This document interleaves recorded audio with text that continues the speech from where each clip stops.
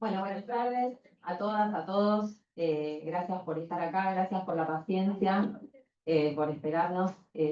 Todavía nos faltan dos panelistas, pero bueno, vamos a comenzar por respeto a quienes estuvieron en horario.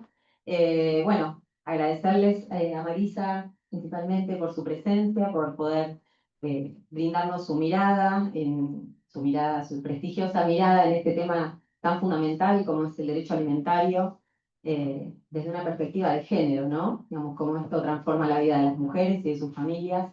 Es fundamental poder tener estas herramientas. Y bueno, también agradecerle, contarles que esta actividad está organizada por todas las áreas de género del colegio, desde el Consejo de Articulación de Políticas de Género, junto al Instituto de Género, a la Comisión de Género, el Observatorio de Decisiones Judiciales con Perspectiva de Género y el Instituto de Derecho de Familia.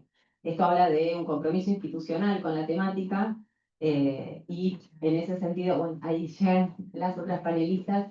Bienvenidas. Eh, y bueno, por supuesto agradecerle a nuestra presidenta, a quien ahora le voy a dar la palabra, a Marina Mongiardino, por respaldar y acompañar, no solo en estas jornadas, sino por acompañar nuestro trabajo y brindarnos este respaldo, ¿no? Para llevar adelante políticas de género en una institución como el Colegio de la Abogacía. Así que bueno, cortito, le doy la palabra a Marina, muchas gracias.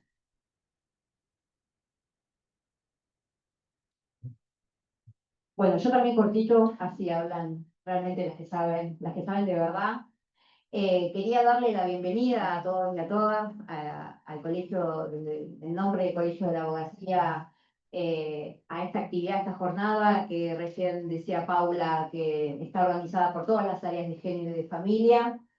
Celebramos en el colegio este tipo de encuentros que seguimos debatiendo y hablando, me parece que son sumamente importantes, más allá de que esta temática lo requiera, atento a una nueva reforma, pero siempre tratando de que el colegio pueda dar este tipo de ofertas académicas, de formación, de diálogo, de intercambio, como decía recién, y además en este compromiso reforzado con esta gestión de incorporar la perspectiva de género transversal a todas las temáticas del derecho, en este caso el derecho de alimentos, que es sumamente importante y está atravesado, pero trabajar y trabajamos siempre y ponemos el esfuerzo para que todo lo que es la enclave de género pueda ser obviamente tratado desde las diversas materias que conforman obviamente el abanico del derecho.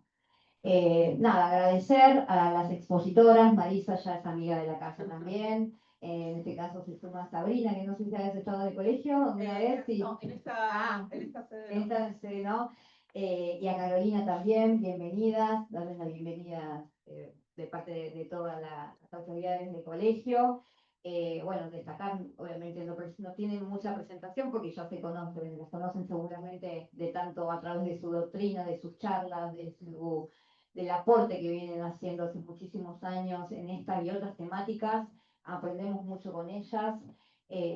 Caminamos de la mano hace muchos años juntas, ahora me tocó estar a mí acá, pero he estado también acompañándolas en muchos de estos tipos de actividades, así que en lo personal estoy muy contenta de que hoy mujeres, docentes, colegas y formadoras estén hoy a cargo de esta actividad. Así que muchísimas gracias y felicitar, por supuesto, a todas los institutos, comisiones y el consejo que ha organizado esta excelente jornada del día de hoy, que espero que sea muy fructífera y la disfruten mucho. Así que cedo la palabra a las coordinadoras para que sigan con la presentación. Muchas gracias.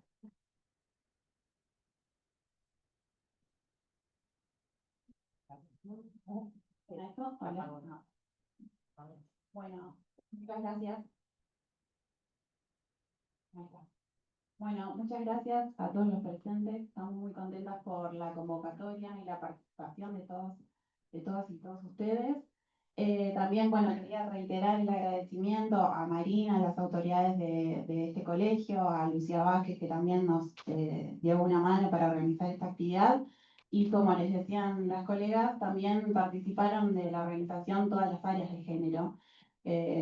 Ustedes sabrán del gran compromiso que tiene esta institución con la formación de los abogados y abogadas y también de generar espacios de debate para el fortalecimiento de los derechos humanos, que me parece que es algo a celebrar y a destacar porque, como hablábamos hoy temprano, en un contexto de gran adversidad y derrotero de derechos en general y en particular de retroceso de las políticas de género, sentar una posición institucional me parece que es más que destacable. Así que bueno, también contarles que la idea de esta charla surgió por la necesidad, obviamente, de hacer un repaso de las últimas leyes sancionadas en el ámbito de la provincia de Buenos Aires en materia de alimentos, no solamente la reforma parcial del Código Procesal, sino también de la actualización del registro de deudores alimentarios. Pero además queríamos conversar un poco de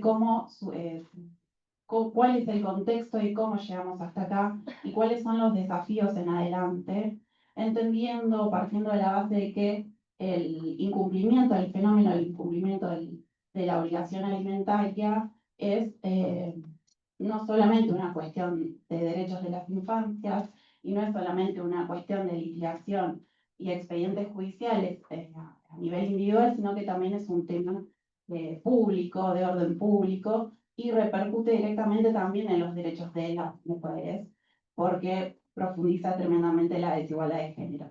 Así que bueno, quería agradecerles a las expositoras y para no robar más tiempo voy a comenzar las presentaciones. Bien, vamos a empezar. Pensar que Por Carolina, por Carolina. empieza Carolina. Acá está el. Sí, Claro. madre mía.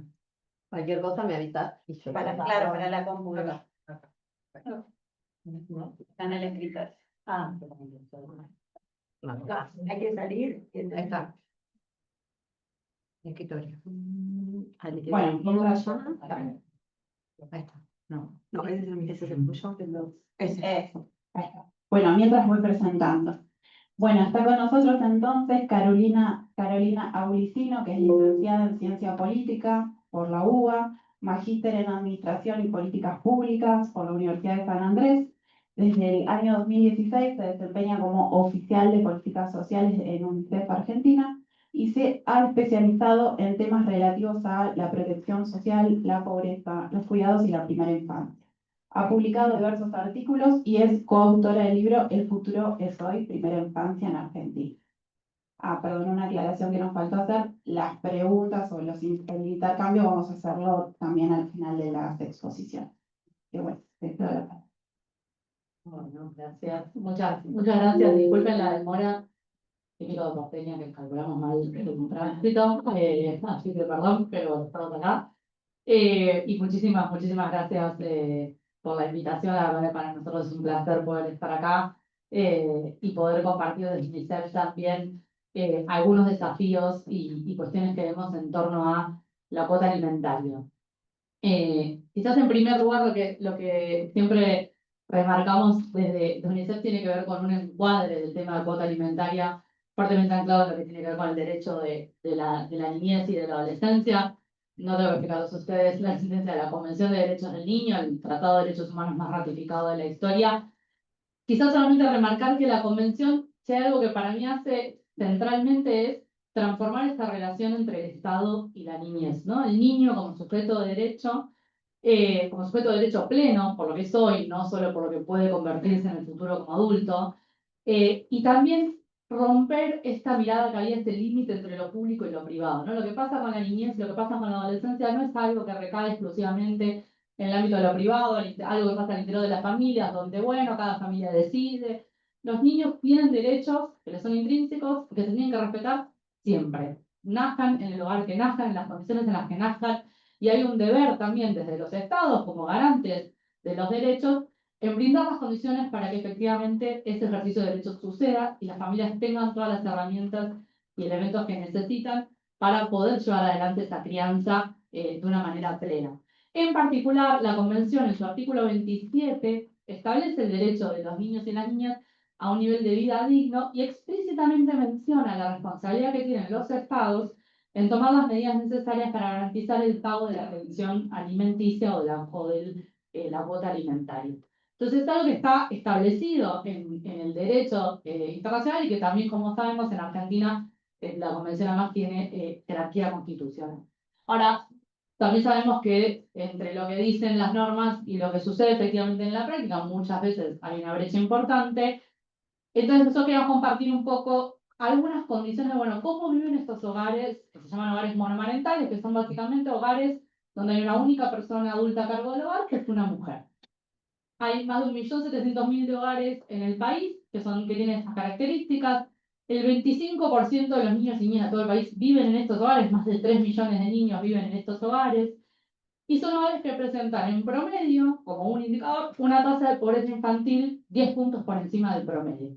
Es decir, son hogares donde claramente las mujeres que están a cargo, que tienen que asumir toda la carga de cuidados y además la carga de generar ingresos para ese hogar, tienen muchas más dificultades para insertarse en el mercado laboral, para acceder a empleos formales, que brinden salarios dignos, y todo eso se refleja en distintos indicadores. Nosotros de UNICEF hace ya 5 años que venimos realizando una encuesta que mide las condiciones de vida de los niños y las niñas, y ahí vemos, por ejemplo, que en promedio los hogares, estos hogares monomarentales, están más endeudados, tienen que restringir alimentos, o sea, compras básicas como alimentos, en mayor medida que el promedio de los hogares, se tienen que saltear comidas.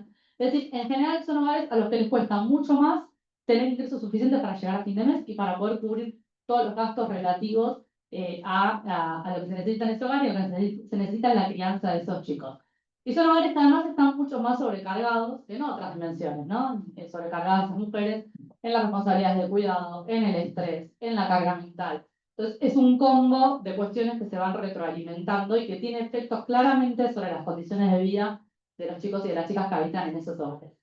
Y un punto fundamental tiene que ver con la cuota alimentaria, ¿no? Ese monto de dinero que esos niños y estas niñas que viven en esos hogares deberían estar recibiendo todos los meses, pero bueno, sabemos que en la práctica eso no necesariamente pasa, ¿no? Nosotros venimos midiendo eso desde la encuesta de 2021, y es un número que se mantiene bastante estable. Más de la mitad de los hogares que deberían estar recibiendo la cuota no la están recibiendo, y eso se eleva a casi un 70% cuando vemos, bueno, quiénes la reciben de manera irregular, ¿no? Bueno, un mes sí, 2 meses no te pago una parte, el mes que viene la otra. Y además esos datos nos coinciden bastante con el estudio que hicieron desde la provincia de Buenos Aires, el cual nos daba ahí una pauta de que, bueno, se ve una regularidad en esta dificultad que enfrentan las mujeres. Y les preguntamos también, bueno, ¿por qué? ¿Cuál es la razón por la cual no les pagan? ¿Cuál es la razón que por lo menos percibe esa mujer por la cual no le paga la cuota alimentaria? Y lo que aparece en primer lugar, con un 60% de los casos se responde una mala relación o una nula relación con el progenitor, sea con la mujer o sea con los niños.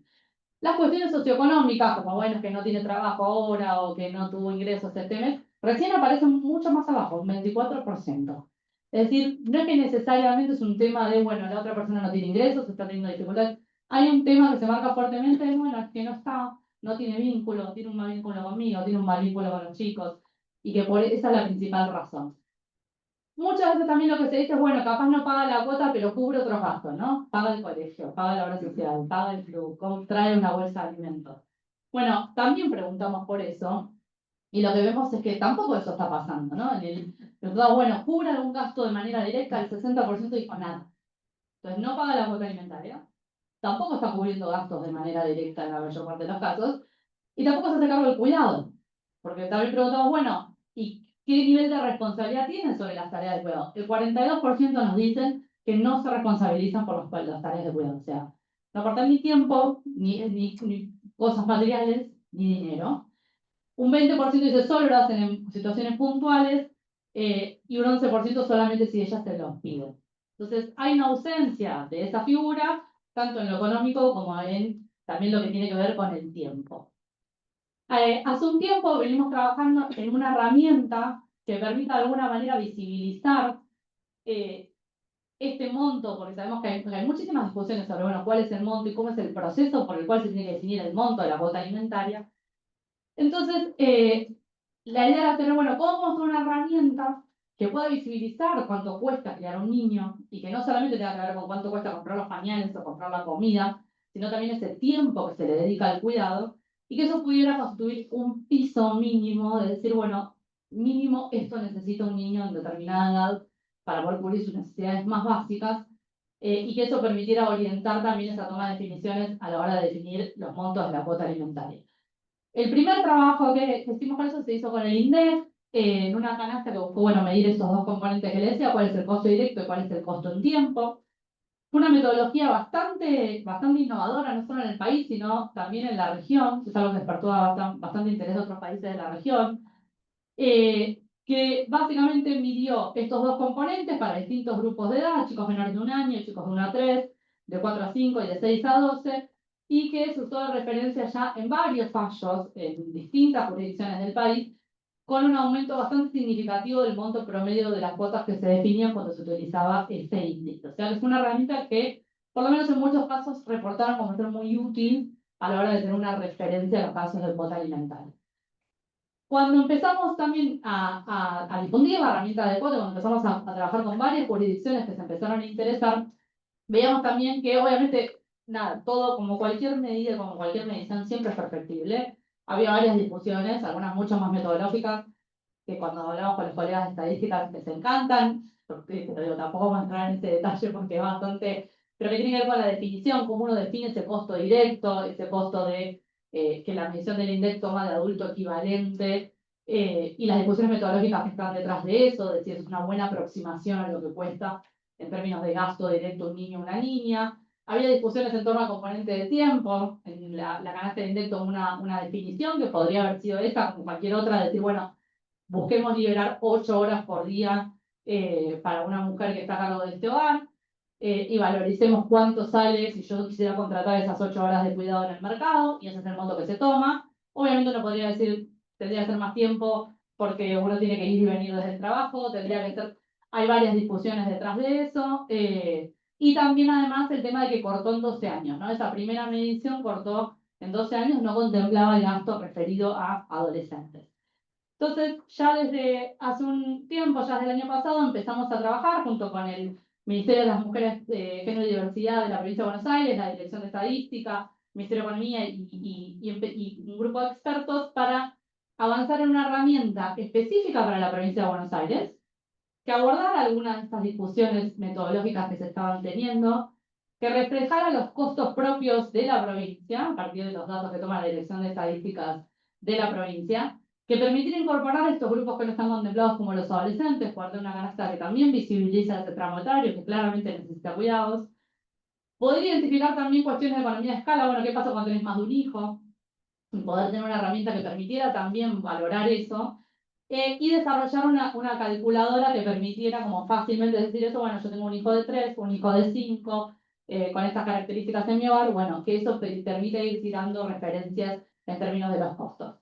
Y también estamos empezando a tener discusiones metodológicas en torno a cómo hacer visible el costo adicional que también implica tener un niño o una niña con discapacidad, que sabemos que requiere un diferencial en términos no solo de costo directo, sino también en tiempo y la intensidad de ese tiempo, pero que es bastante difícil de captar con las encuestas que hoy tenemos. Entonces ahí estamos empezando a trabajar en algunas ideas para poder definir una metodología. La idea, en el fondo, ya para ir cerrando, es poder tener una metodología que siempre es mejorable, siempre es perfectible, entonces está buenísimo siempre también escuchar ideas y sugerencias en torno a eso, y que sea principalmente una herramienta útil, que sea un dato que no sea solamente un dato que, bueno, se publica todos los meses y tenemos un valor más en la página de Dirección de Estadísticas, sino que es una herramienta que les sirva principalmente a ustedes y a todos los actores del Poder Judicial para decir, bueno, cómo simplificamos un poco la vida en los casos de cuota alimentaria, de mujeres que terminan juntando los tickets del supermercado para comprobar que gastaron en comida, o de que no hay una referencia, para decir, bueno, acá hay un número que por lo menos es un mínimo. Después sabemos que cada familia tiene particularidades y cada caso, pero eso es un mínimo de lo que debiera, por lo menos, destinarse a la crianza a un niño o una niña, y un mínimo que también visibiliza el cuidado. Es un componente que es muy difícil de poner sobre la mesa muchas veces, de ese tiempo que la mujer dedica a invierte y que le quita tiempo también para otras cosas, para buscar un empleo, para capacitarse o para tener tiempo de ocio, que también es algo que tenemos que tener. Así que bueno, muchísimas gracias y quedo también a disposición para las preguntas.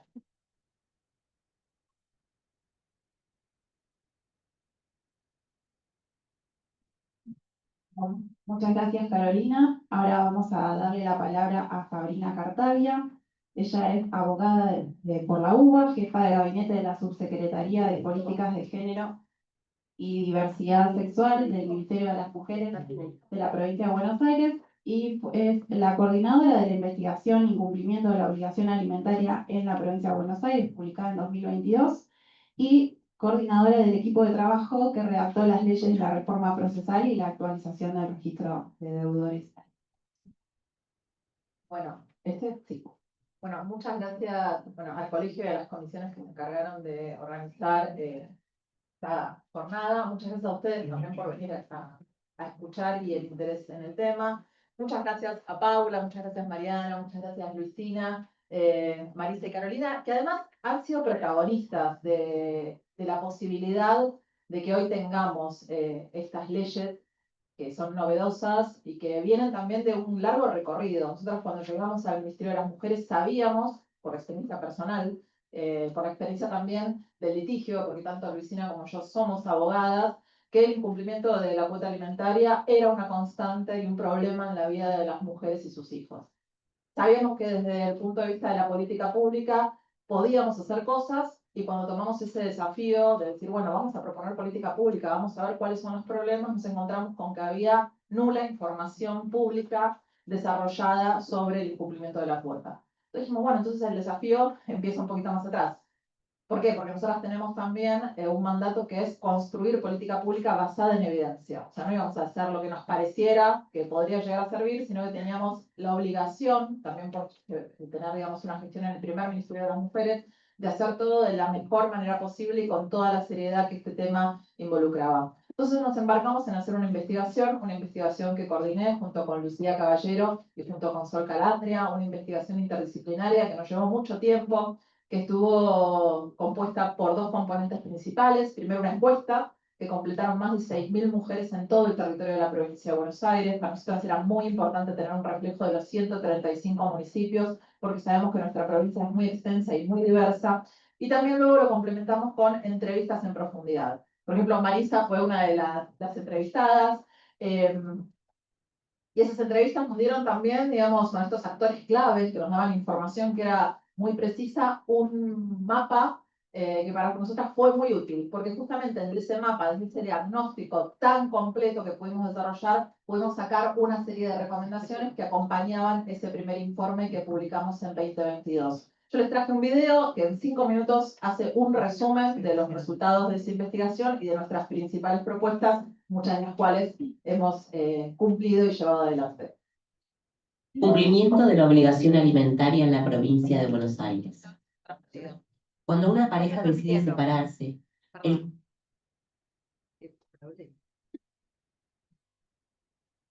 Alguien que a Karen.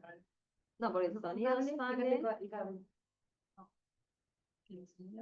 El anterior se le bien. No, por eso es que es por YouTube. ¿No? ¿Eh? Porque es por YouTube. Sí, sí, sí. No sé cómo lo. ¿Karen lo probó? Sí.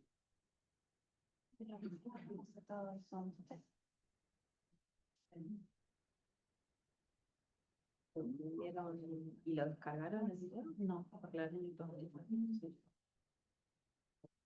Claro, no se ve. Sí, sí, porque ya está corriendo. ¿Qué hacemos? Ya no Arrastramos la pantalla. ¿Y a dónde? Hola, ¿verdad?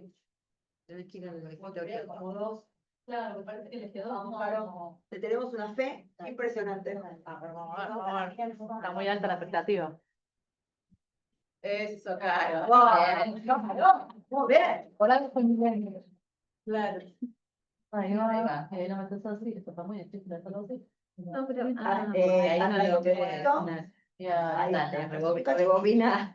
Para que perdés pulso, está bien. Ahí. Abajo. Tampoco de poco. Claro, porque ahora tenés otra pantalla. O sea, Creo que ya Claro. está acá. Sí, sí, ya está. incumplimiento de la obligación alimentaria en la provincia de Buenos Aires. Cuando una pareja decide separarse, el cuidado y la manutención económica de las hijas e hijos debería repartirse equitativamente entre ambas partes. El gran problema es que, en la práctica, la mayoría de los padres luego de la separación se desliga por completo de sus responsabilidades de cuidado y tampoco cumple con el pago de la obligación alimentaria. Según una encuesta realizada por el Ministerio de las Mujeres, Políticas de Género y Diversidad Sexual de la provincia de Buenos Aires, el 66,5% de las madres no recibe obligación alimentaria para el cuidado de sus hijas e hijos. Solo la percibe eventualmente o recibe menos de lo que debería, por lo que no les queda otra opción que asumir en su totalidad la responsabilidad de cuidado y manutención. Además, en la provincia de Buenos Aires, el salario de los varones es 34% mayor al salario de las mujeres. Y en la economía informal, esta diferencia es aún mayor. Entonces, sin el aporte de los padres, la mayoría de las madres no puede sostener sus hogares sin caer en la pobreza. En este contexto, las madres recurren a diferentes estrategias para organizarse. En cuanto al cuidado, el 90% afirma que deja a sus hijas e hijos con familiares, amigos, instituciones escolares o personas responsables. Solo el 10% los deja al cuidado de los padres. Es por esta razón que en la actualidad el 44% de las madres están endeudadas con familiares, amigos o instituciones financieras.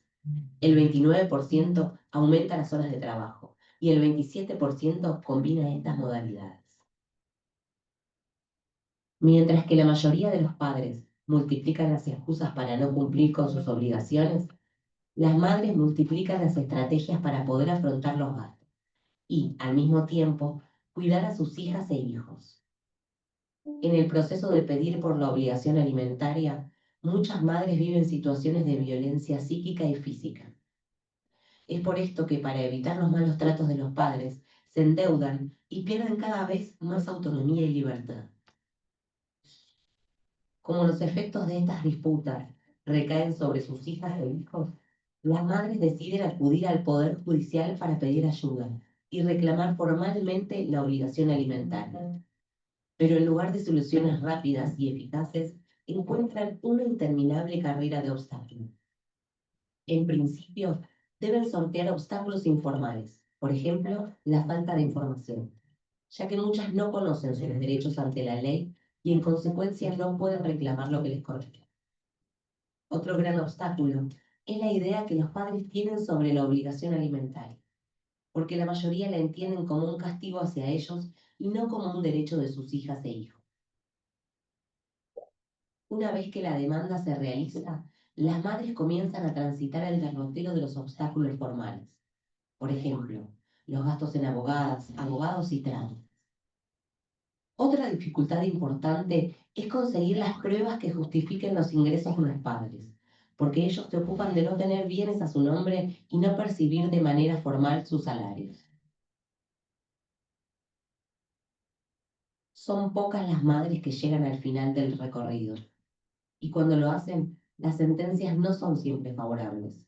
Si se logra acordar un pago, este no suele contemplar actualización por inflación, ni por el crecimiento de las hijas e hijos.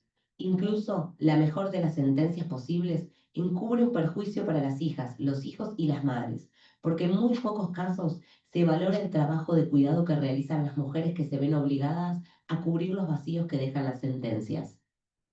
Hablamos de una problemática compleja. Por esto, desde el Ministerio de las Mujeres, Políticas de Género, Diversidad Sexual de la provincia de Buenos Aires, diseñamos un plan de acción que atraviesa los 3 poderes y niveles del Estado. Estas son algunas sugerencias para la acción. Establecer un sistema de notificaciones eficaz y adaptado a los avances tecnológicos. Establecer un piso mínimo del monto de la obligación alimentaria.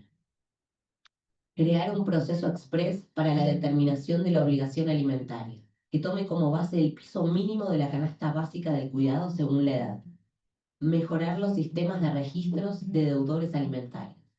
Establecer sanciones eficaces ante el incumplimiento de los pagos. Derogar la Ley Nacional 23.928, que prohíbe la indexación de las obligaciones alimentarias. Concebir el incumplimiento de la obligación alimentaria como un problema de naturaleza individual o privada fuerza a las madres a transitar en soledad las penurias del sistema judicial y los acuerdos informales.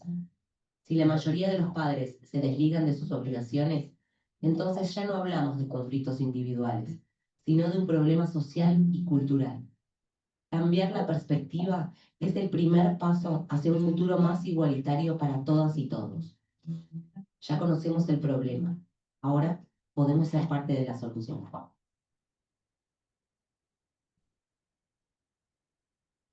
Bueno, justamente en esa vocación de ser parte de la solución, nosotras generamos ese plan de acción porque entendíamos que como Espera, Estado... si aún no puedes hablar inglés, debes ver este video. Mi nombre es Kale Anders, yo soy...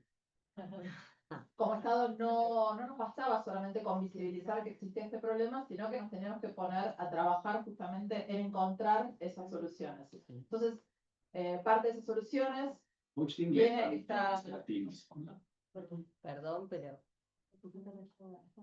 esta experiencia de trabajo en redacción de las dos normas que la jornada de hoy venimos a profundizar sobre su contenido. Nos dividimos un poco en las tareas, así que Marisa va a presentar toda la parte más de procesal, que nosotros teníamos cuando hicimos esta reforma procesal, la idea de, sabíamos que el Código Civil y Comercial había cambiado profundamente en 2015, que había muchas cosas ahí que eran muy interesantes, que nos daban herramientas, digamos, muy innovadoras, que se reconocía el valor del cuidado, pero faltaba una traducción al proceso, ¿no? Al proceso que se lleva adelante en nuestra provincia. Entonces, inspirados por ese código, habiendo hecho un relevamiento de todos estos problemas, porque verdaderamente cuando nosotras le preguntábamos a las mujeres, bueno, no te paga la cuota alimentaria, y veíamos que había tanta incidencia, que el número era tan alto, y que en realidad, digamos, en la mayoría de los casos lo más probable es que frente a una separación no haya un pago de cuota alimentaria, nos dábamos cuenta de que había un problema en la respuesta institucional. O sea, ¿qué respuesta institucional le damos nosotros a las mujeres frente a la imposibilidad de tener una negociación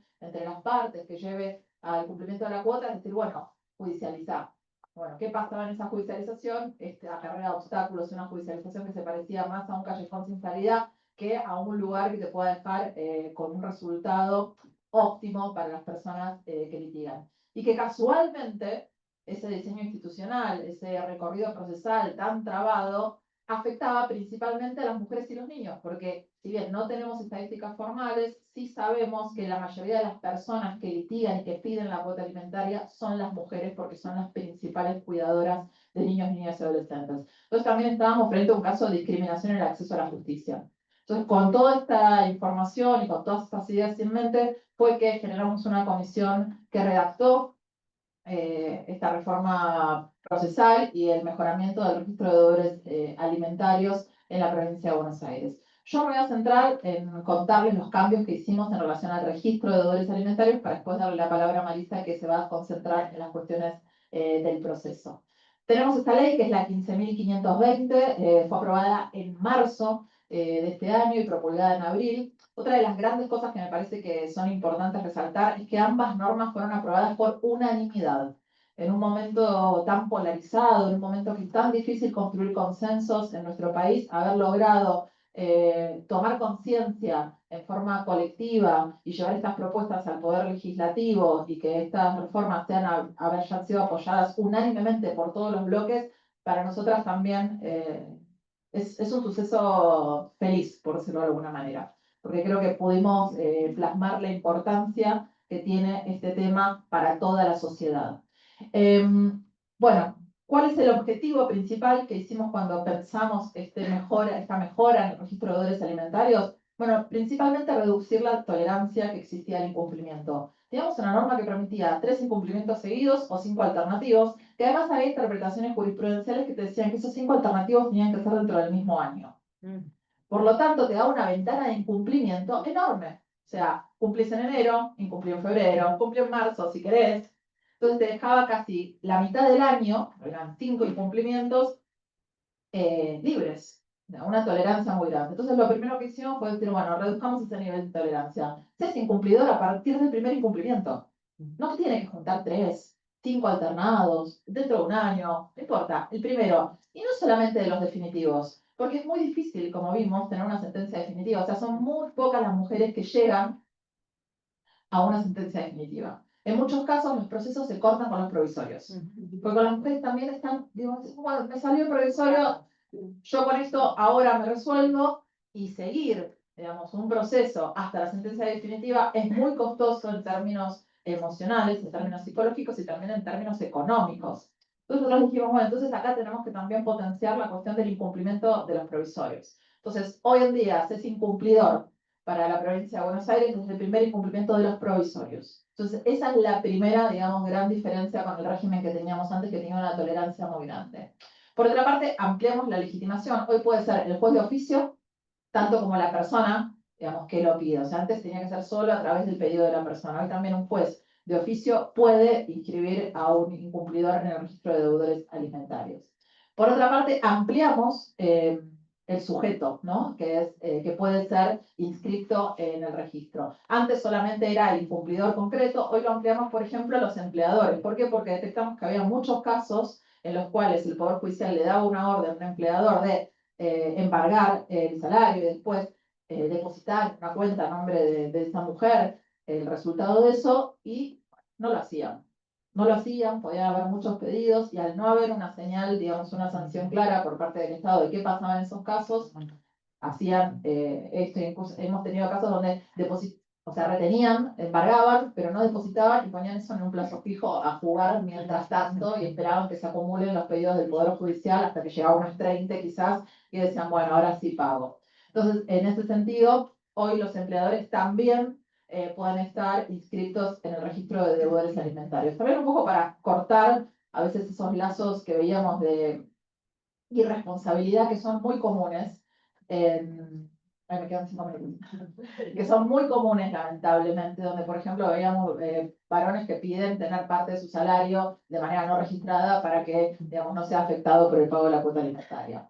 Por otra parte, hicimos una ampliación de las consecuencias que tiene estar en este registro, ¿sí? En primer lugar, lo que hicimos fue dar cuenta de que las instituciones u organismos públicos y municipales de la provincia tienen que solicitar este informe de no estar dentro del registro de deudores alimentarios para varias cosas. Primero, vamos por las que ya teníamos, ¿no? O sea, abrir cuentas corrientes, otorgar o renovar tarjetas de créditos en la banca pública de la provincia de Buenos Aires, habilitar comercios o industrias, y ahí lo que hicimos es dar una habilitación provisoria, porque también entendemos que si el único ingreso que tiene ese incumplidor es a través de ese comercio o esa industria, le damos una ventana de 120 días con una habilitación provisoria, y dentro de esos 120 días tiene que pagar la cuota alimentaria, se tiene que poner al día para que pueda tener después, digamos, una habilitación definitiva. También en relación con concesiones, permisos y habilitaciones, también en la cuestión de la solicitud o renovación de la licencia de conducir, donde también agregamos este plazo donde durante 60 días se puede dar en forma provisoria para que se ponga al día y después, si no paga, se la revoque.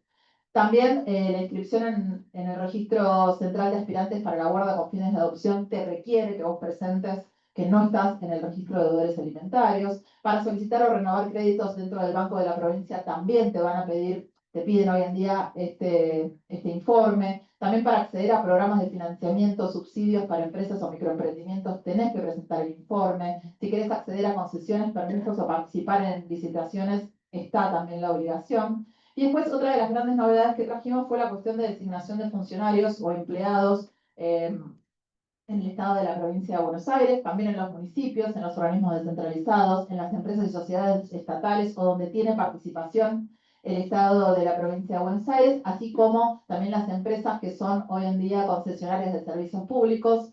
Una vez que emplean a una persona, ¿no? Es que nosotros decimos si no tiene libre, digamos, si no está liberado del registro de deudores alimentarios, no puede acceder al cargo. Decimos, no, que acceda al cargo porque nos interesa que tenga un ingreso, pero dentro de los 10 días de que esa persona accede al cargo, se debe informar al juzgado, que es competente en la causa, que tiene un trabajo, para que el juzgado tome las medidas que crea necesarias. Y eso lo ampliamos. ¿Por qué? Porque también ofrecemos a los postulantes de cargos selectivos, tanto provinciales como municipales, con el mismo tipo de, digamos, aviso. O sea, pueden asumir, sí, por supuesto, dentro de los 10 días, si está en el registro, se debe informar. Y también aquellos que son magistrados y funcionarios del Poder Judicial también, en el caso de que ingresen al Poder Judicial, dentro de los 10 días debe darse aviso.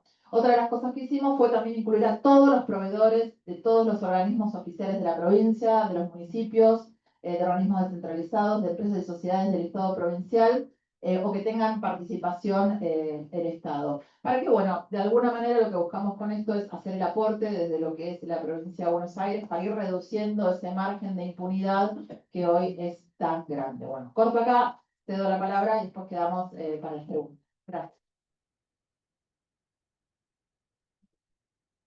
Bueno, muchas gracias, Paulina.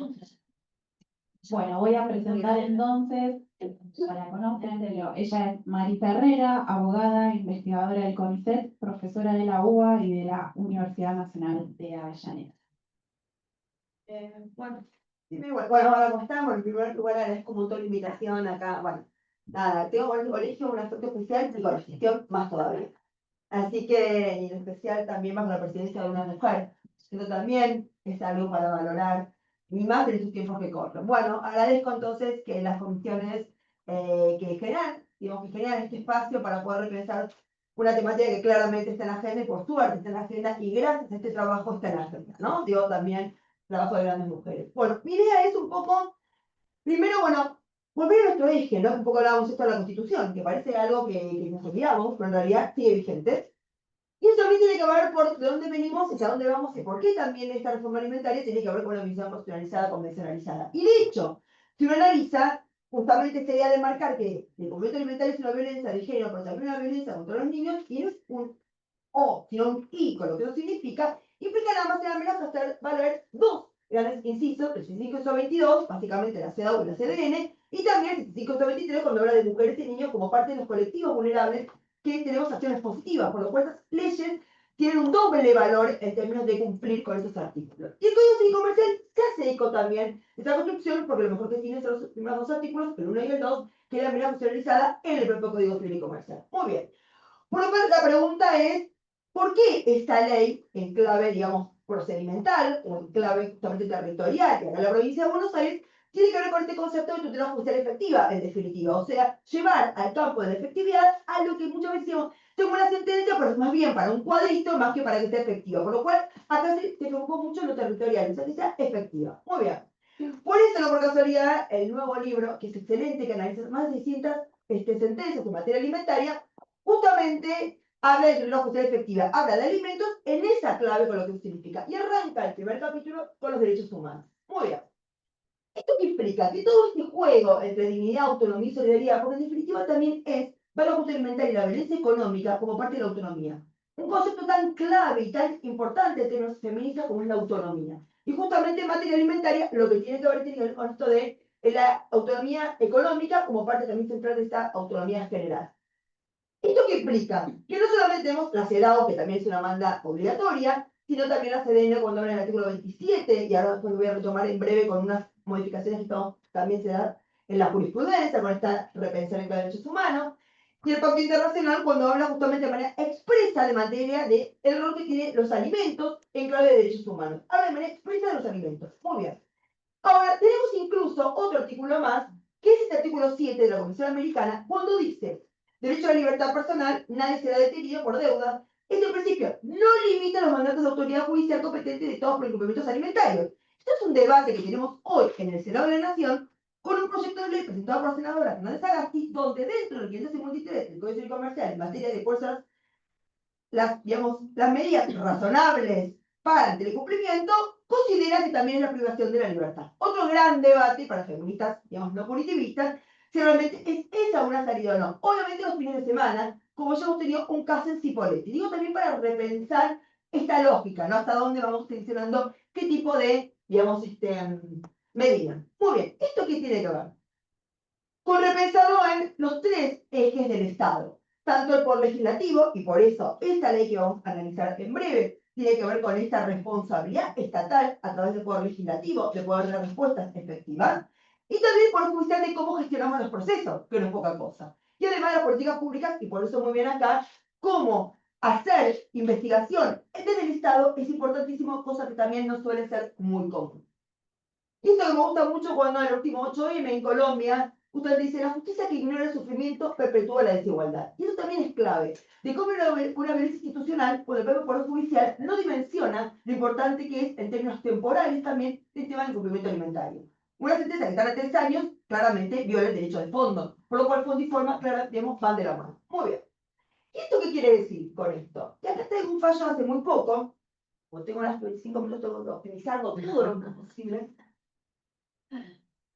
es alimentos contra los abuelos. En realidad, contra el tipo, no paga, abuelos. ¿Qué es lo que le dice el juez? Así por los buenos jueces, los aplaudo, los buenos jueces también los tengo que escrachar, porque ese es mi rol como investigador de usted. Muy bien. Padre que hace un año que no cumple, la mujer no está recibiendo un peso y además el padre no los ve y obvio no los cuida. Todo acreditado. Pido alimentos provisoriamente a los abuelos. Ingresos en blanco y con buena cuestión económica. Y después de 2 meses esperando el despacho, sacan... Vaya por el que corresponda. Digo, paralelamente a los resultados, todos hagan saber que en virtud del carácter subsidiario de la obligación alimentaria por parte de los abuelos, a fin de mantener el buen orden del proceso, deberá peticionar los testigos corresponder por piezas separadas. Luego no leíste en el 68. No hace falta o sea, ni la reforma de ahora, eso es el Código Civil Comercial. Justamente digo, bueno, esto me preocupa todavía, digamos, los problemas que tenemos de interpretación clave, porque esto está claro en la propia, muy bien, código. Y un fallo buenísimo de hoy, en realidad de ayer, pero que salió hoy, es un fallo en la gran camarista civil comercial, Laurita Burasevich, de Necochea, donde ella docente rural, él es de la policía, el juez rechaza, un juez de paz, el juez rechaza el pedido de alimentos fundado en el artículo 78 que dice, la regla general es, ambos progenitores tienen la obligación y derecho de criar a sus hijos, alimentarlos y educarlos conforme a su condición y fortuna, dice. Ella gana ahora un poco más, por lo cual automáticamente no puede, digamos, pedir cuota alimentaria. Claro, la mirada clásica, ¿qué dice el magistrado? Que la prueba rimada no surge con claridad necesaria que la doctora, digamos, comparte un tiempo proporcionalmente mayor con su hija del que lo hace con su padre. Lo que sella la suerte del presente, ¿no? Automáticamente, como tiene una coparentalidad que se estima el régimen legal supletorio, automáticamente no. Y dice, la actora vive desde la separación de la casa que fuera del hogar de la familia. Analiza con el valor de la vivienda, representa en estos tiempos más aún con el alza que se ha producido en el valor de los alquileres. Por lo cual, hechos de carácter público y notorio. Por lo cual, agradece que tenés la vivienda, faltaba que dijera. Y agrega, si bien la actora resultó obedecida, no puede sobrellarse que siendo controvertida la cuestión a resolver, puede estimarse que aquella se creyó con derecho a accionar. Bueno, obviamente, la Cámara le dice, bueno, la apelación le dice, ¿quién paga la niñera que cuida a la niña desde la salida del colegio hasta la llegada de la madre, ¿no? De la apelación. ¿Acaso no existen los fines de semana, los recesos de invierno, verano, ni la posibilidad que vos tenés? A ver, ¿en qué realidad vivís, básicamente? Esa es la pregunta que hacen en la apelación. El hecho de que la madre en la actualidad y de manera ocasional gane más que el padre no justifica que ella deba asumir con su totalidad la carga del cuidado personal y gastos de la menor. Acá la jueza hace una muy buena análisis. El rechazo a la demanda de alimentos implicaría la lógica reduccionista de enarbolar el enunciado para el que tiene más, invisibilizando de esta forma la corresponsabilidad parental en la crianza de los hijos e hijas, que incluye no solo los alimentos, sino también la valorización del tiempo dedicado por cada progenitor al cuidado. El reglamento del 58 surge que la corresponsabilidad de los progenitores no se limita al solo hecho de alimentar a sus hijos, sino que se extiende a la obligación y el derecho de criarlos y educarlos, con lo que eso significa esa mirada integral también con los tipos de coparentalidad. La prueba rendida en el expediente es suficiente y pertinente para acreditar que la niña reside de manera principal en el domicilio materno. Eso por sí solo hace presumir esto de la carga probatoria en clave de género. E incluso la carga probatoria dinámica.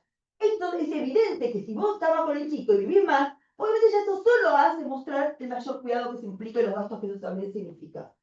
Tal dimensión del cuidado debe ser esencialmente ponderada en la cuantificación de la cuota de alimentos, efectos de no incurrir en prácticas discriminatorias que históricamente y de modo preferente han asignado dicha tarea a las mujeres sin considerar que a ello ocurren a expensas de su tiempo y de sus oportunidades laborales y de sus ingresos.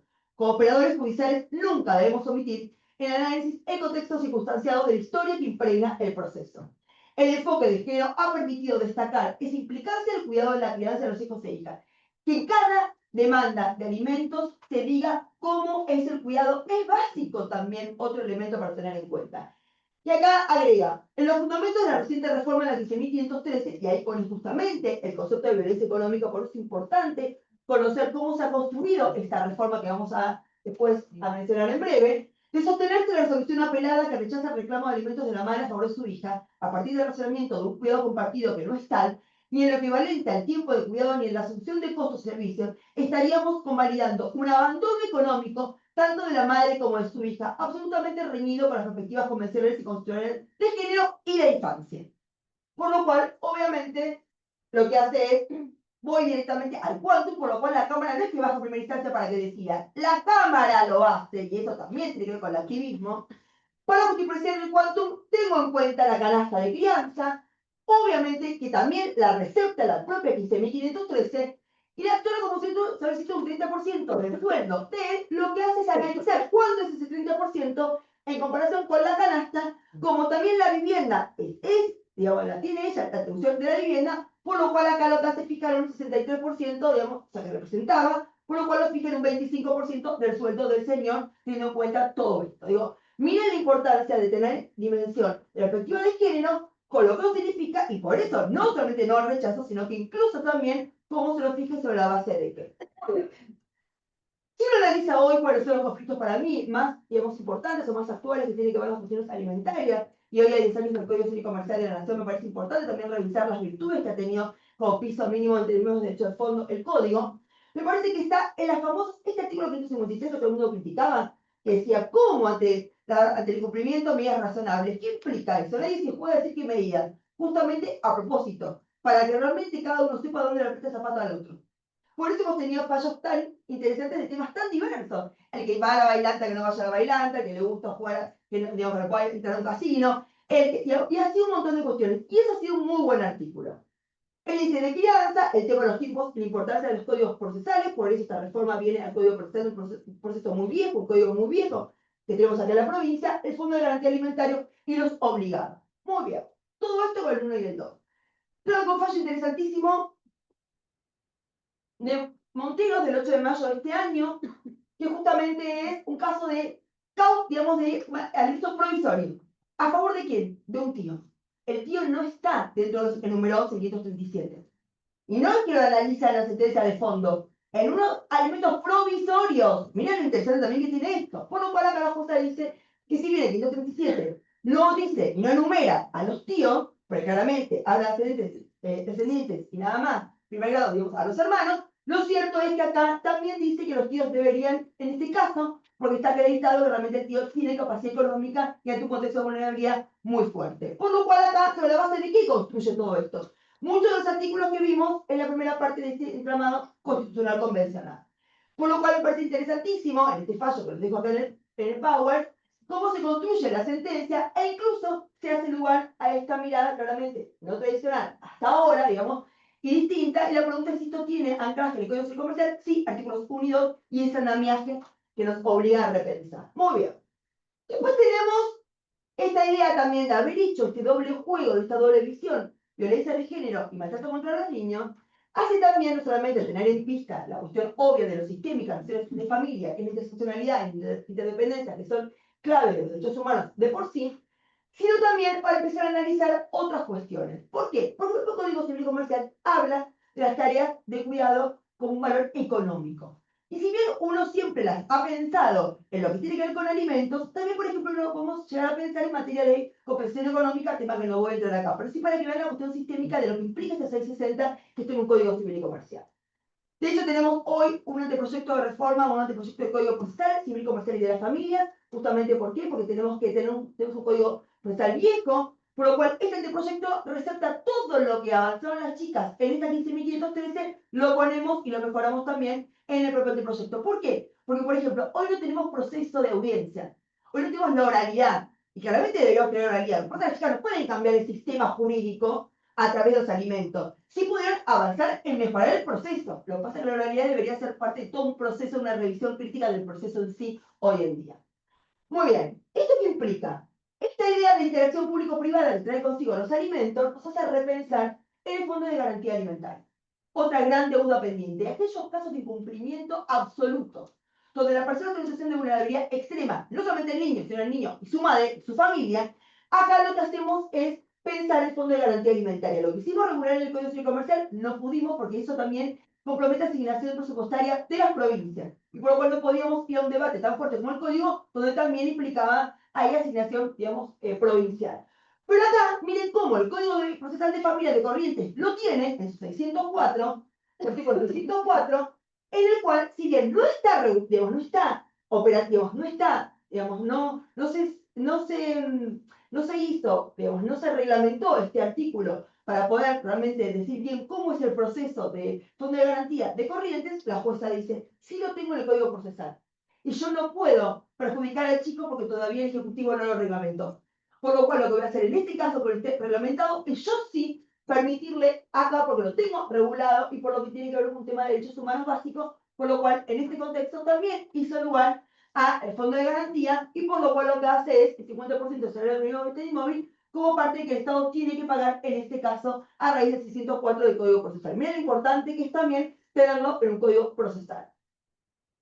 En este contexto también hicimos unas reformas, o por lo menos proponemos en el Congreso de la Nación, actualizar el debate en materia alimentaria a través de varias cuestiones, y entre ellas el fondo de garantía, que también sería, digamos, si bien necesitaría que adhieran las provincias, pues esto me parece importante que esto pudiera también salir a nivel nacional. Hoy eso es pedirle, ¿no? Esto como casi ciencia ficción. Pero esto no quita de que uno pueda realmente seguir yendo al Congreso a seguir debatiendo lo que hay que debatir. Muy bien. Llegamos acá a la 15.513. Básicamente acá, lo que parece interesante es cuando antes, pero bueno, no importa. Adelante ya fue. Acá. Dice, la pregunta es, primero, claro, muchas críticas porque en el sentido de, che, en un código viejo, nada más actualizamos alimentos, pero nos queda todo el resto como raro, porque es cierto, yo por ejemplo la cambio en materia de notificaciones y que pasen otros procesos que también son urgentes. Bueno, lo cierto es que yo entiendo que tendríamos que tener una reforma integral. Lo cierto es que mientras tanto, esto es un gran avance en una problemática que hoy en día, si uno analiza cuantitativamente contextos socioeconómicos tan complejos, alimentos es uno de los temas que más hay en los juzgados. Salud mental, alimentos, sistema de protección integral y violencia de género. Esos cuatro que son claros elementos socioeconómicos donde ahí detrás está desde lo que tiene que ver con las políticas públicas y un montón de cuestiones. Digo, miren como una visión sistémica también de cuáles son las problemáticas sociales más urgentes en los pueblos de familia e incluso también en los juzgados de paz. Muy bien, acá lo que se dice es, con todo el balance de esta apresurada lectura liminar, parece arrojar un saldo verdaderamente positivo.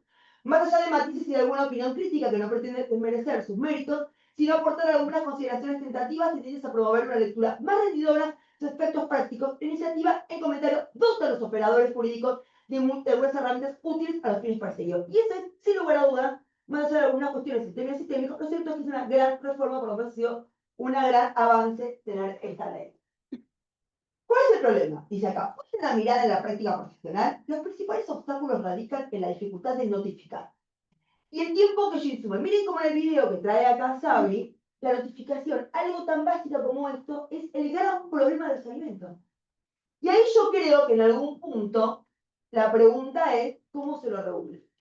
Y por eso la primera crítica que le hacemos, que tiene que ver con esto, es que no puede ser que para poder ir a notificación, digamos, digital, tengamos que previamente agotar la instancia de lo no digital. Si bien es cierto que eso fue un debate interno, fue una modificación que se hizo, digamos, no, digamos, auspiciada por otro organismo, no es del proyecto original, sí me parece lo bueno, es lo que se está empezando a ver ahora porque siempre uno puede dar un mejor derecho. ¿Qué quiero decir con esto? Hoy ya hay interpretación doctrinaria correcta que analice este 135 bis diciendo que en realidad con solamente vos decir acá que no tenés el domicilio, ya eso te habilitaría directamente para ir a la notificación digital. ¿Por qué? Por el tema de justamente los derechos que están en pugna. No nos olvidemos del 1 y el 2, lo que es el derecho alimentario, la constitucionalizada, por lo cual tengo una respuesta rápida para que lo que presumía o lo que se quería según el texto, una primera lectura, uno diría, bueno, lo digital es secundario, la notificación, digamos, vía WhatsApp, etcétera, sería secundario, en realidad es principal cuando uno realmente tiene la posibilidad de acreditar rápidamente que no tiene otra forma de notificar esa vía. La otra cuestión es esto de siendo suficiente la prueba indiciaria. También que la carga probatoria no siga estando sobre las espaldas de las mujeres, con lo que eso significa. Que esto no es nada más y nada menos que hacer, digamos, materializar en el campo procesal el famoso tema de las cargas de pruebas dinámicas, el 710 del Código Civil y Comercial. Tiene que probar aquel que esté en mejores condiciones. Por ende, si yo no sé lo que gana él y él no acredita nada, pues con lo que yo ya diga, ya está. Porque en todo caso es él el que tiene que estar ocupándose de tener que acreditar lo que él gana, porque si no vas a solo hacer lo que ya dice, si llega a ser menos, obviamente a él le va a convenir tener que acreditar que es lo que gana. Miren cómo se invierte el cargo probatorio, porque el tema de fuerte y débil acá está muy fuerte en materia alimentaria.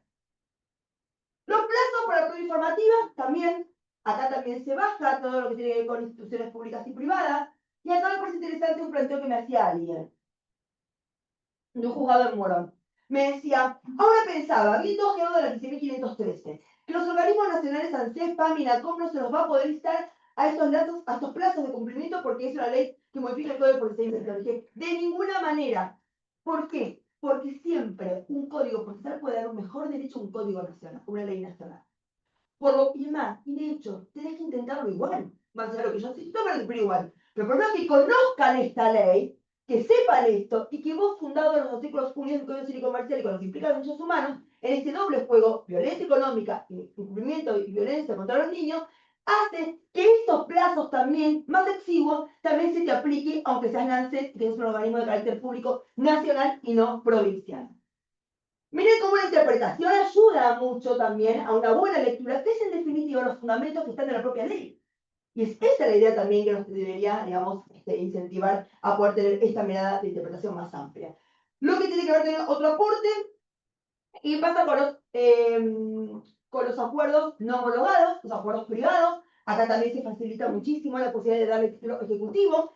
Y además, la vez pasada estando en Moreno, alguien decía, bueno, cuando dice acá que cuente con firma certificada judicialmente o por autoridad administrativa, esto hace que muchos de los municipios puedan designar una autoridad administrativa para que realmente también acompañe a la posibilidad de facilitar el título ejecutivo. Miren cómo también vamos acercándonos a un punto de términos territoriales a darle mayor fortaleza y que esto sea más operativo. Muy bien. Después hablamos de los provisorios, con lo que eso significa. Digo, esto tiene que ser como automáticamente. Y una visión también renovada de los provisorios. ¿Por qué si yo tengo ya información que yo le acerco al juez sobre el caudal económico, los provisorios tienen que ser un porcentaje de? Aunque después termine siendo igual que los definitivos. Yo tengo todo acá para acreditarte. ¿Qué más va a ser en el definitivo? Tenemos una mala cultura, como esto de un hijo 20%, dos hijos 25, tres hijos 30. ¿De dónde sale esto? No dice eso el código. Hay como una cosa, ¿no? Digamos, y vamos repitiendo errores, como si esto fuera, bueno, paremos los errores acá, porque la División de Derechos Humanos hace repensarlo también en clave realista. Entonces, por lo cual, acá, esto provisorio si no tengo mucha información, pero si tengo información realmente fidedigna y todo, directamente puedo perfectamente fijar un provisorio que sea casi muy similar a lo que puede ser la sentencia definitiva. Muy bien, bueno, acá lo que tenemos que ver con el índice de crianza, con lo que ha significado también el índice, una gran política pública, y miren cómo, ¿quién genera el índice de crianza en el gobierno anterior? La Dirección de Género del Ministerio de Economía. ¿Cómo repensar el clave de género de manera transversal? Obviamente, te acompaña a esta mirada general e integral de lo que implica la perspectiva de género desde el Estado. Acá, como bien dijeron las chicas, el índice de crianza, que nada más y nada menos es el reflejo de que la mirada clásica de alimentos era con la columna de la izquierda, costos de bienes y servicios. La mirada renovada con el 660 del valor económico de la tarea del hogar, justamente es la segunda columna. Digo, miren cómo lo bueno que ha sido el Código Civil Comercial como piso mínimo para poder elaborar este tipo de índices. Y termino con esto que también la propia ley de provincia habla de cómo también se aplica, no solamente para infancia, sino también se aplica en lo que tiene que ver con los vínculos entre adultos, en especial lo que tiene que ver con el alimentos post-divorcio. Sin embargo, es bueno, desde el derecho de fondo, analizar que hoy hay 10 años ya hay una jurisprudencia cada vez más avanzada que empieza a pensar que también puede pedir alimentos post-cese de la convivencia. Porque si en definitiva lo que está atrás es el ciclo de solidaridad familiar y el concepto de vulnerabilidad, también una conviviente, ex conviviente enferma, por ejemplo, también debería ameritar tener alimentos post-cese, como también lo tienen las parejas que se casan y se divorcian. Miren cómo la cuestión de fondo y forma van de la mano, y en ese caso, esta facilitación del proceso no solamente aplica para infancia, sino también implica, en definitiva, para derechos humanos, para el concepto de vulnerabilidad, sea mujeres o sea también niños, como pasa con las parejas que se divorcian o se separan. Termino con esta frase de Paulo Freire cuando dice, no es la resignación en la que nos afirmamos, sino la rebeldía frente a las injusticias. Sin lugar a dudas, transformar rebeldía, porque en definitiva esta ley forma parte de una rebeldía, de una buena y bienvenida rebeldía por parte del Estado provincial, el rol central de la solidaridad familiar para resolver situaciones que claramente han sido y siguen siendo injustas. Muchas gracias.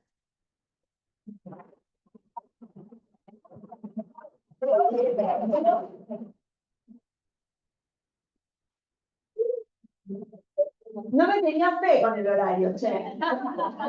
Bueno, muchísimas gracias Marisa, Sabrina, Carolina, la verdad, un lujo la precisión horaria, realmente no, y todo lo que nos trajeron para pensar, para seguir reflexionando, debatiendo y construyendo, ¿no? Esto de los alimentos. Obviamente queremos abrir a preguntas, si quieren levantan la mano, o no hay preguntas. Marisa, yo. Sí. Sí. ¿Algún caso de- ¿Querés micrófono? No, está bien, ¿No? va, si me escuchás ahí. Yo no sé por encima de la gente que está En YouTube. por las dudas, ¿viste? Para ser Sí. inclusivos con lo No híbrido. me gusta mucho, pero bueno.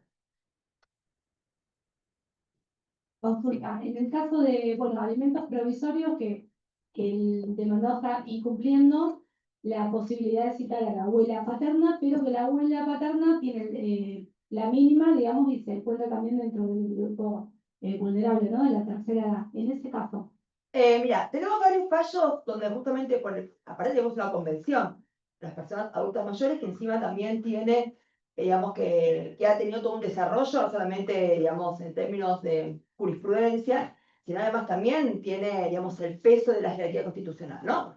Pero digo, más allá de eso, vos tenés que sopesar.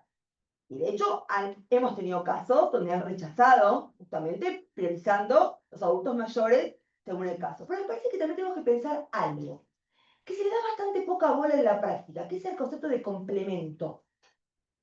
A veces pensamos en términos de o todo o nada. Es el padre, no puede la abuela. Y a lo mejor la abuela, como parte de este complemento, sin que termine de violar su propio derecho mínimo.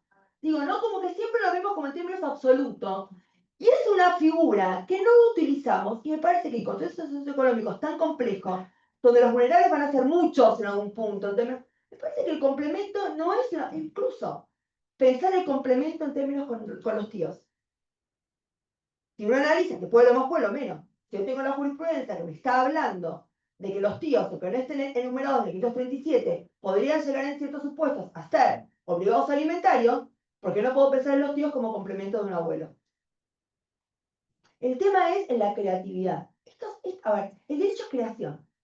Siempre hay que animarse, porque seguramente muchas de las sentencias que tenemos acá, de hecho, de los tíos, a nadie se le había ocurrido. Y a alguien se le ocurrió, abogado, abogada, plantearlo, y esos son los fallos, los grandes fallos que después hacen y después producen incluso modificaciones en la ley. Y bueno, animémonos a ver en cada caso cómo es el panorama económico, cómo son los derechos que están en juego, y a lo mejor también empezar a tener, y más yo creo en contextos como estos, más todavía la creatividad hay que agudizarla.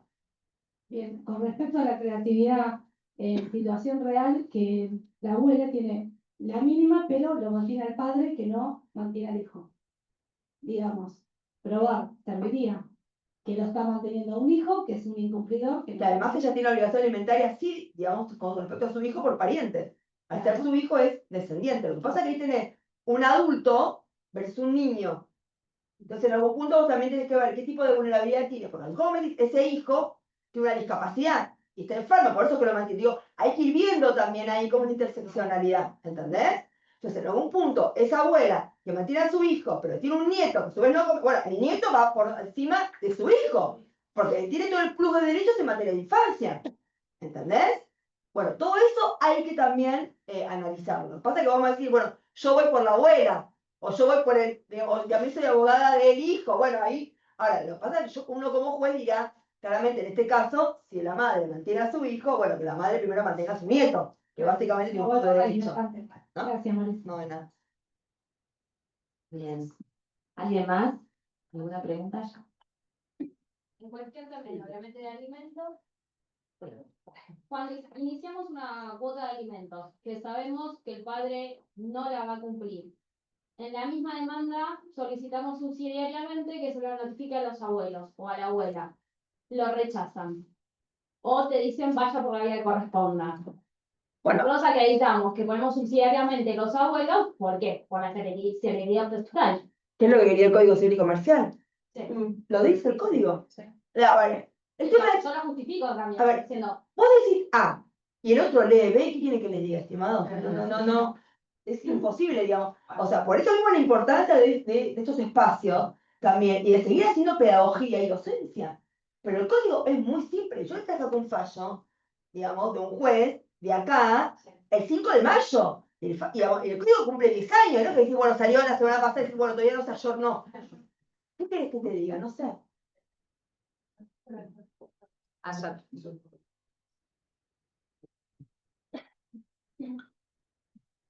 Bueno, gracias. Siempre me hace mucho escucharles. Es interesante. No, yo quería plantear algo previo a esto, no tanto procesal. A mí me pasa que, no sé, con respecto al Departamento Judicial de La Plata y el acceso a la justicia, que era una de las cosas que salió obviamente en el videito, que me encantó esa forma en la que lo fueron haciendo lúdica, que es, o sea, el requisito que existe en el Departamento Judicial de La Plata. Firmado tengo la resolución de la Defensoría Fiscal porque la pedí cuando me quedé helada, para que asuma el patrocinio letrado gratuito, era un caso de situación de violencia económica, la persona tiene que ganar menos de 580.000 pesos. Digo, me parece que eso es una barrera enorme al acceso a la justicia, porque este era el caso de una chica cajera en un supermercado, el típico caso, ganaba 1.200.000, dos pibes a cargo, el progenitor inexistente. Bueno, yo me comuniqué, no, yo soy abogada de litigio, pero bueno, me llevó la consulta y la verdad que no podía hacer un presupuesto porque, no sé, lo mínimo, bueno, el ya no puede abonerlo. Entonces, siempre hago eso, hago la referencia con la defensoría y bueno, y acompañando, sí, más en las sombras, por así decirlo. Cuando tomo conocimiento de esto, bueno, me comunico con la defensoría y bueno, y le pido a ver por escrito, porque me parecía como algo que no lo podía creer.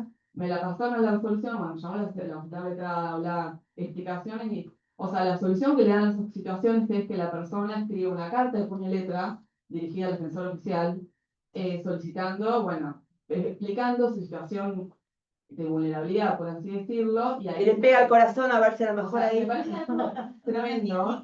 Y además, también no solamente eso, sino que la persona tiene que ir cada vez a firmar los escritos. Eso la pandemia se resolvió un montón en la defensoría. Y nada, hay una piedra que es un supermercado, no puede pedir para salir. Digo, es un caso concreto porque es el de la mayoría de las mujeres fiscales sufren de este trabajo que se hace en la provincia. Nada, lo traigo acá, no sé si alguien de la defensoría, la tengo en el celular porque la empecé a desparramar en todas las compañías que conozco que trabajan en el mismo monitoreo, porque me parece de una gravedad, o sea, me parece que es un obstáculo a la justicia, pero así, enorme, y está escrito, o sea, no es que es algo no sé, que nos defienden así nomás, digamos. Es una resolución firmada por el defensor oficial. Sí, estoy completamente de acuerdo, porque bueno, me parece nefasto. Cuando nosotros hicimos ese videíto y las propuestas, elegimos muy pocas de las cosas que están en el informe. Una de las cosas que primero habíamos señalado en el informe es la falta de patrocinio jurídico gratuito, y para nosotras hay un grave problema, y es que el acceso al patrocinio no está regulado. Entonces, cada patrocinio tiene su criterio de lo que entiende por pobreza. Y en ese sentido, yo creo que deberíamos ir a una ley que regule el acceso al patrocinio jurídico gratuito, no solo en caso de alimentos, sino, digamos, en todos los casos. Y yo entiendo que si tenemos un niño o una niña adolescente que requiere alimentos, estamos siempre frente a un caso donde se habilitaría el patrocinio jurídico gratuito. Porque además, ninguna persona que pueda pagar un servicio jurídico va a recurrir al patrocinio jurídico gratuito. Entonces, ¿viste? Ahí hay un juego donde tendríamos que profundizar para poder regularlo y que ya no quede en duda. Pero bueno, ahí nada, juntar fuerzas para el siguiente partido. Sí, no, y una cosa también, acuérdense que hay una ley nacional sobre el tema de patrocinio jurídico gratuito en los casos de violencia.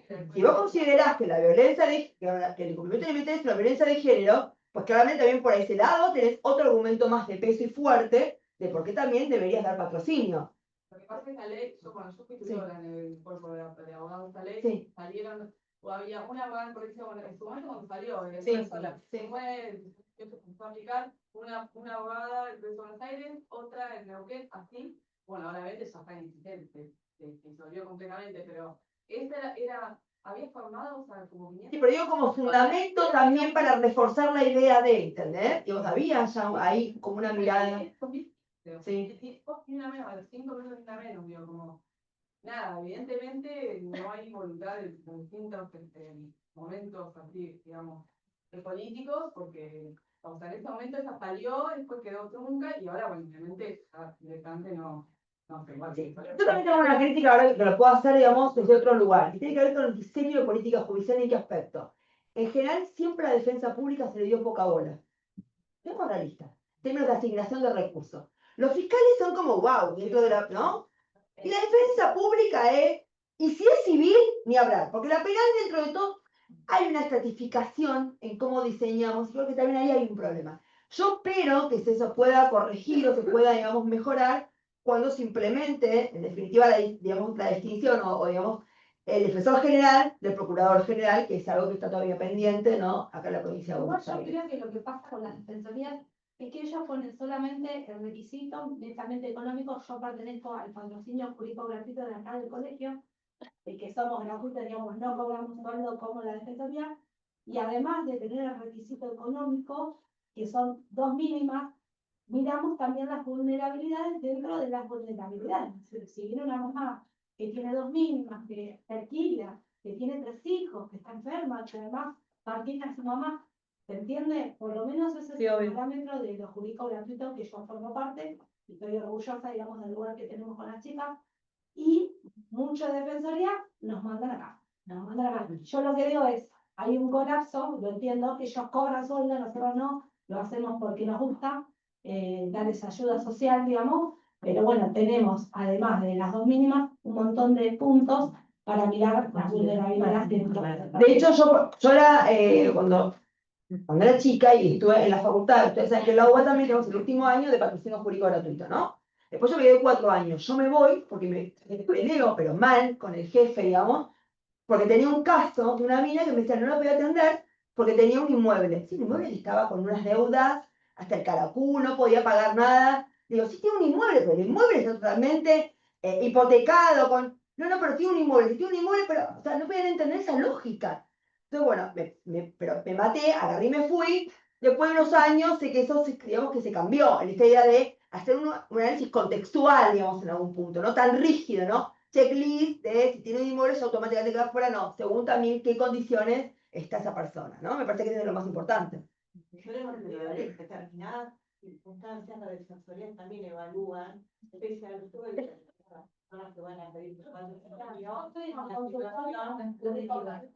y además tenemos muchas falencias, nosotros lo vemos desde adentro, desde los juzgados, así como tenemos 8 juzgados de familia y tenemos 4 jueces nada más, entonces también las vacancias los defensores que se jubilaron no ponen vacantes, los jueces que se jubilaron se fueron, o bueno, y no se cubren las vacantes. Entonces es mucho lo que hay que resolver a nivel institucional para que todo funcione. Las defensorías, a veces nosotros que tomamos audiencia todos los días, tenemos por ejemplo, una misma funcionaria que está teniendo 3 audiencias al mismo tiempo. Es imposible que se pueda concentrar en una audiencia de familia complicada, teniendo 2 audiencias al mismo tiempo que están llamando a los juzgados a ver si está la persona, si no está, porque está el cliente y no está el defensor, o no está la secretaria de la defensoría. Esa es la realidad de las defensorías hoy, la realidad de los juzgados hoy, con 4 jueces para 8 juzgados.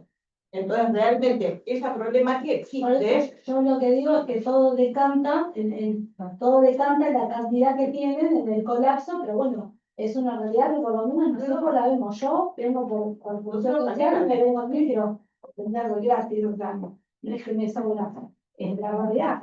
Pero también miramos todos los puntos, como para no dejar ir, porque Digo que no es una posición la otra, lo que digo es que hay una realidad que también hay que tener en cuenta en el momento de saber cuál es la calidad de trabajo que uno hace todos los días. Uno está todos los días tomando audiencia, está con las familias, está con los chicos, que tenés que como mínimo tener 1 hora por familia para poder abordar todas las problemáticas que te traen, porque si no la gente no se siente escuchada. Entonces no se siente escuchada por su patrocinado, no se siente escuchado por el juzgado, porque tenemos 8 millones de audiencias, un montón de casos, y entonces, o sea, se suman un montón de cuestiones a la problemática que queremos abordar y abordarla bien, no mal.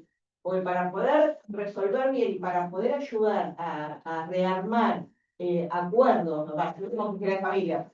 Pues bueno, nosotros tenemos audiencias todos los días, tomamos un montón de audiencias, estamos con las defensorías, trabajamos, no estamos con los abogados que también trabajan en forma gratuita y estamos con los abogados de la profesión libre. Hay un montón de aristas y un montón de cuestiones a trabajar y un montón de falencias hoy por hoy. Entonces creo que hay que hacer un trabajo conjunto, ¿no? Hay que ver un montón de cuestiones que... Yo quería hacer una sola pregunta que tiene que ver con las notificaciones. Perdón. ¿Querés usar el micrófono para...? ¿Ves? Adelante. Creo que todos los planteos son válidos al momento de tener que ver, de resolver colectivamente todas estas cuestiones desde los diferentes lugares, ¿no? Con relación a las notificaciones, lo que veo, la 635 bis y con relación al tema que a mí me preocupa porque tenemos que tener personas permanentemente llamando por teléfono, ¿no? Para la posibilidad de que los letrados, así como hacen una cédula, también puedan ellos delegarle la posibilidad, así como lo hemos hecho nosotros en su momento cuando todavía no estaba el 35 bis, de que puedan ellos también acreditar que, bueno, si notifican por medio de WhatsApp, también se acredite fehacientemente el tema de... Mira, hay un la protocolo notificación. para los abogados y letrados para que puedan hacer la notificación por WhatsApp en el marco del 635 bis, que está en la Cámara de Diputados sacó, acá de provincia, sacó un compendio donde en la parte ya final dice el protocolo para los letrados para que puedan ellos mismos notificar por WhatsApp. Dice como unas indicaciones de qué debería tener, cómo debería ser, redactar un mensaje diciendo los audios, nada, esto y adjuntar. Bueno, digo, me parece que sí, eso no está prohibido. El tilde azul, el tilde Sí. 1, el tilde 2, bueno, todas las cuestiones que están aparejadas, Sí, se puede hacer eso. fehacientes e inequívocas para darlo por notificado, ¿no? Obviamente. Entonces, bueno, creo que... ¿Cómo? Para corroborar que sea realmente el destinatario de ese WhatsApp. Claro, nosotros tenemos Y la foto, ¿no? La foto de la persona, ¿no? una foto, un diálogo previo y de vuelta donde se acredita que el WhatsApp era del alimentante y con eso ya lo damos por acreditado la notificación y listo. En realidad es que depende del criterio del juzgado, porque por ejemplo, a vos te manda otra vía, ¿no? Te deja. Tal cual, ¿no? Obviamente que depende de lo de cada uno. Bien, bueno, está buenísimo, es súper enriquecedor poder tener estos intercambios, me parece que hay que seguir profundizándolos. No quiero robar más tiempo a las expositoras. ¿Alguien más tiene alguna pregunta cortita que quiera hacer? Yo, bueno, quiero cerrar. Yo quería hacer por ahí una confusión, o no sé si una confusión, pero sí algo que se dijo, así nombró en el video, en alguna parte de cuando se habla de lo difícil que se le hace a las mujeres poder acceder a la justicia, y también lo nombraste, Marisa, cuando hablaste de que vaya Que corresponda. por la vía que corresponda. Y todo esto, la vía que corresponda siempre es para la mujer, porque en realidad el hombre, en realidad el progenitor, en este caso, el progenitor inicia una acción cuando es el reconocimiento de paternidad, ¿no? Cuando tiene que hacer un reconocimiento de filiación. Entonces, porque la mayoría de las veces no lo hace para pedir o sea, no es la mayoría en la cuota alimentaria, no solicitan ellos la cuota alimentaria. Generalmente el reclamo alimentario es de las progenitoras, y las progenitoras terminan teniendo 850 expedientes, de los cuales siempre se trata lo mismo. De hecho, como abogada de la matrícula, de esta casa y de otras, digo, terminamos haciendo un copia y pegue de lo que ya se reclamó y 850 páginas que después no se leen porque llegamos a la hora de la audiencia y resulta que nadie sabe nada del tema, ¿sí? Y, a ver, y esto lo digo con todo el respeto del mundo, porque entiendo las situaciones en las que trabajan los juzgados. Salvo que tengamos, o sea, a este nivel tengo que reducir el comentario y lo pido disculpas por reducirlo de esta manera, pero tener la suerte de no ir por una vía incidental en un expediente abierto por reconocimiento un reconocimiento parental de filiación, y no abrir por vía incidental un reclamo alimentario y tratarse del mismo expediente, porque el juzgado tardó 6 meses en responder un alimento provisorio con despachos en los que se dice, que dice que porque la justicia no les da empleados, no tienen para atender la mesa de entrada, bueno, se puede, o sea, se puede resolver en este expediente. Entonces, yo entiendo, es muy complicado y todo tiene que ver con el acceso a la justicia y todo tiene que ver con las malas condiciones que tenemos tanto en los juzgados como para los abogados, como para, obviamente, los profesionales que tienen que reclamar el derecho. Entonces, digo, la respuesta procesal tiene que ser, es imperiosa.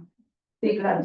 No, una cosa que quiero rescatar que me hizo acordar, la vez pasada alguien decía, no, bueno, pero también cuando alguien dice, no, bueno, pero con la plata se hace las uñas.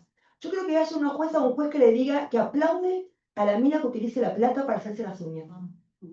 Digo, ¿sabes por qué? Porque me parece el maltrato, digo, ellos también deberían de la justicia de alguien que encima está reclamando una cuota alimentaria, de alguien que no paga. Encima le venís a reclamar porque si yo le estoy dando la plata para hacerse las uñas, hace perfecto que se haga las uñas y mucho más, porque si no también hay, digo, esto también de la reparación, que también los fallos tengan algo de reparación y se entender que yo te entiendo esto, y no es algo negativo hacerse las uñas, al contrario, ojalá pidan más cosas que no se hacen las uñas, digo, porque también en eso uno ve esto de la empatía que uno tiene, porque esto implica para muchos una lucha, y muchas abandonan, y un poco también lo que el video dice, a mitad del barco, y tienen razón.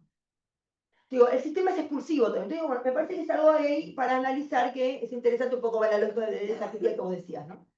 Sí, y digamos, para cerrar, nosotros siempre tuvimos como norte, viendo todos estos problemas, nos dábamos cuenta de que si poníamos, por decirlo de alguna manera, en caja los reclamos, y por eso pensamos todas estas herramientas. Es decir, bueno, che, si generamos un índice de crianza, porque la idea de tener un índice de crianza sale justamente de esta investigación, luego lo desarrolla el INDEC. ¿Y por qué decíamos tener un índice de crianza? Bueno, para más o menos tengamos una idea de qué es lo que se puede pedir. Si tenemos una idea de lo que se puede pedir, también estamos bajando la litigiosidad, porque si yo sé más o menos cuánto puede ser el costo de la crianza, puedo sacar unos provisorios más rápido. Si las dos partes conocen más o menos cuál puede ser el monto que se asigna, bueno, se desactiva o se desincentiva esa voluntad de ir a litigar. Entonces era tipo ir buscando herramientas que nos ayuden a acercar posiciones. También por eso nos pusimos a trabajar en la cuestión de, bueno, ¿qué pasa cuando los convenios no están homologados?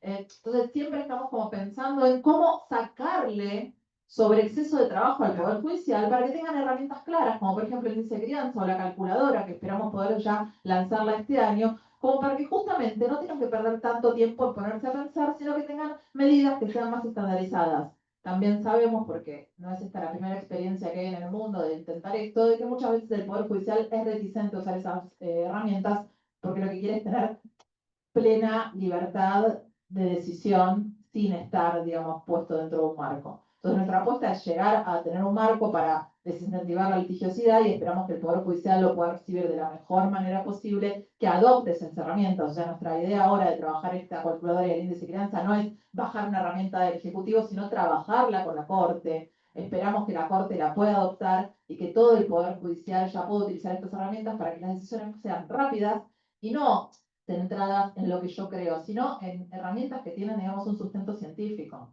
Nosotros elaboramos un índice de crianza y una calculadora con método científico. Entonces ya no es lo que cada uno crea, estamos saliendo justamente del ámbito de las suposiciones y de los estereotipos para ir a un ámbito donde basemos las tomas de decisiones en ciencia y en información pública. Entonces, esta también es nuestra apuesta, o sea, liberarle tiempo al Poder Judicial, dándole herramientas que les permitan dinamizar los procesos. Por eso también pensamos en la notificación en WhatsApp. Siempre estamos pensando en eso, o sea, cómo podemos hacer para liberar tiempo y que los procesos sean más rápidos, pero centradas también en la sobrecarga de tareas que tiene el Poder Judicial. Lo estamos haciendo también en ese sentido. Y que las reuniones con el Poder Judicial sean con la gente que estamos en la trinchera todos los días. Y no porque caiga el escritorio que va Después siguen en frío. Bueno, muchísimas gracias. Nos pasamos bastante de tiempo. Muchísimas gracias.